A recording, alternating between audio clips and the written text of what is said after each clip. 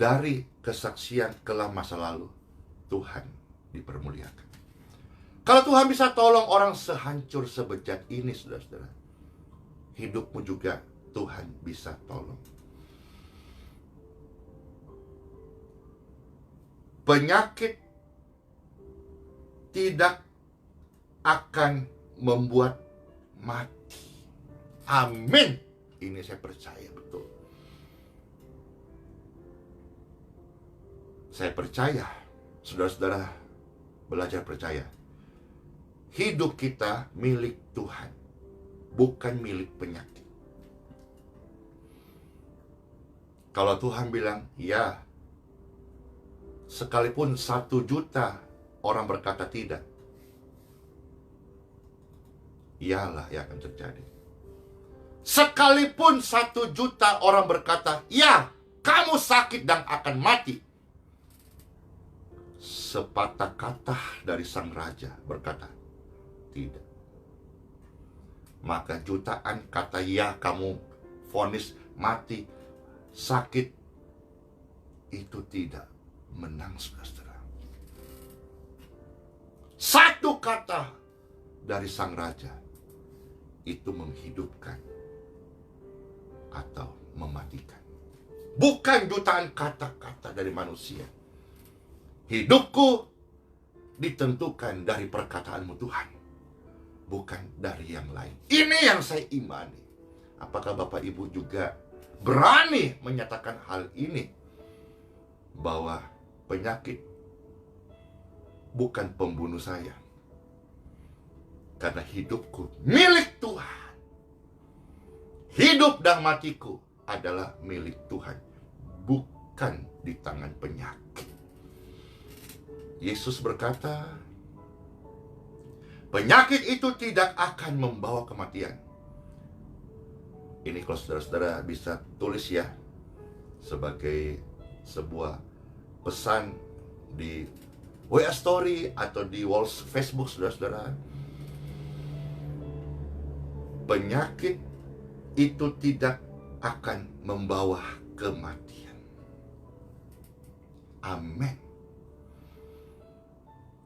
Tetapi Tuhan kasih tahu kemuliaannya akan dinyatakan. Dulu saya hancur, harusnya hancur binasa, tetapi tidak. Di tangan Yesus yang hancur dipulihkan, dibersihkan, lalu dipakai untuk kemuliaannya. Saya pernah sakit, komplikasi, rusak lever, ginjal, bengkak. Hari ini saya sehat, minus gejala. Bukan berarti saya tidak bisa tua, Bapak Ibu. Tetapi kemarin Tuhan pernah menolongku. Hari ini Tuhan masih menolongku. Sama, Tuhan masih menolong Bapak Ibu sekalian. Termasuk ketika saudara-saudara sedang mengalami sakit hari ini. Ayat 5, Tuhan Yesus sangat mengasihi Marta dan kakaknya Lazarus. God is love. Memang Tuhan adalah kasih. Keadaan yang kita alami selalu mau merongrong kita, seolah-olah Tuhan tidak mengasihi kita.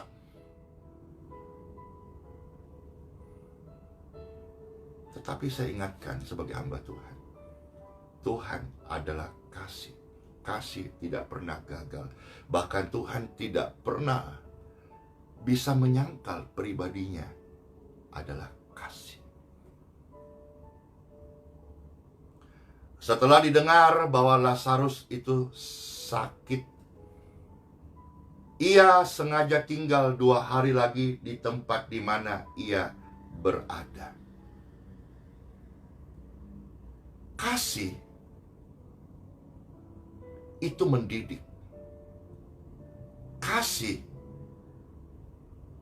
ketika kita berharap kepada Dia, mungkin ada penundaan, mungkin terkesan terlambat. Tetapi saudara-saudara, kasih tidak pernah gagal. Ingat baik-baik pesan ini. Pastor bicara untuk rekan hamba Tuhan. Tuhan sudah memanggilmu sebagai orang yang dipilih diurapi untuk melayani. Tuhan sudah memberi engkau visi dan misi jelas dalam mimpi, dalam doa, saat engkau berpuasa. Percayalah rekan pelayanan, Tuhan tidak gagal. Kita bisa gagal. Kegagalan kita seolah-olah kita mengalami penundaan daripada kasih, tetapi kasih tidak pernah gagal.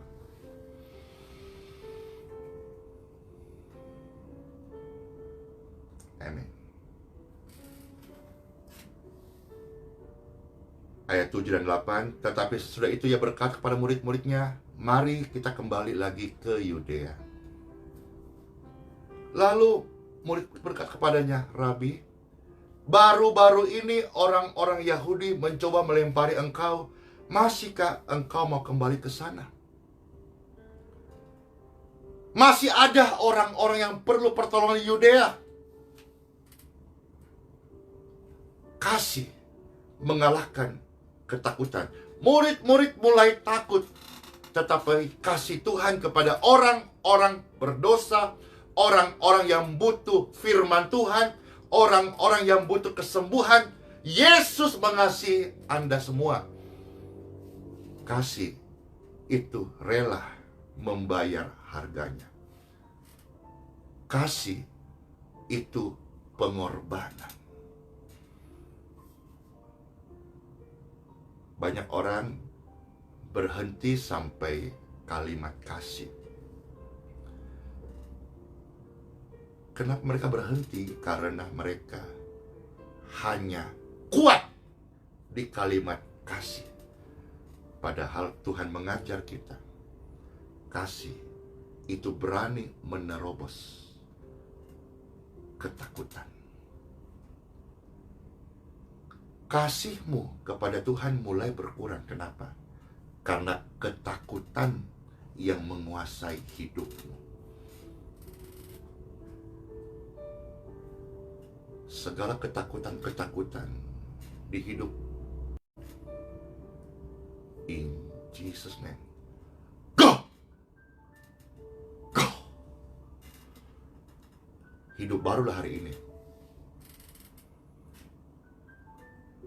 Hiduplah dipenuhi kasih Tuhan. Anda sedang dipulihkan hari ini. Anda sedang dilawat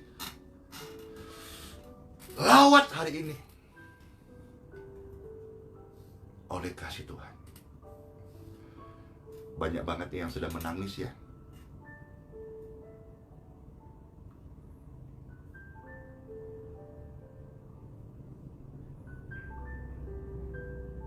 Kita kadang merasa sendirian.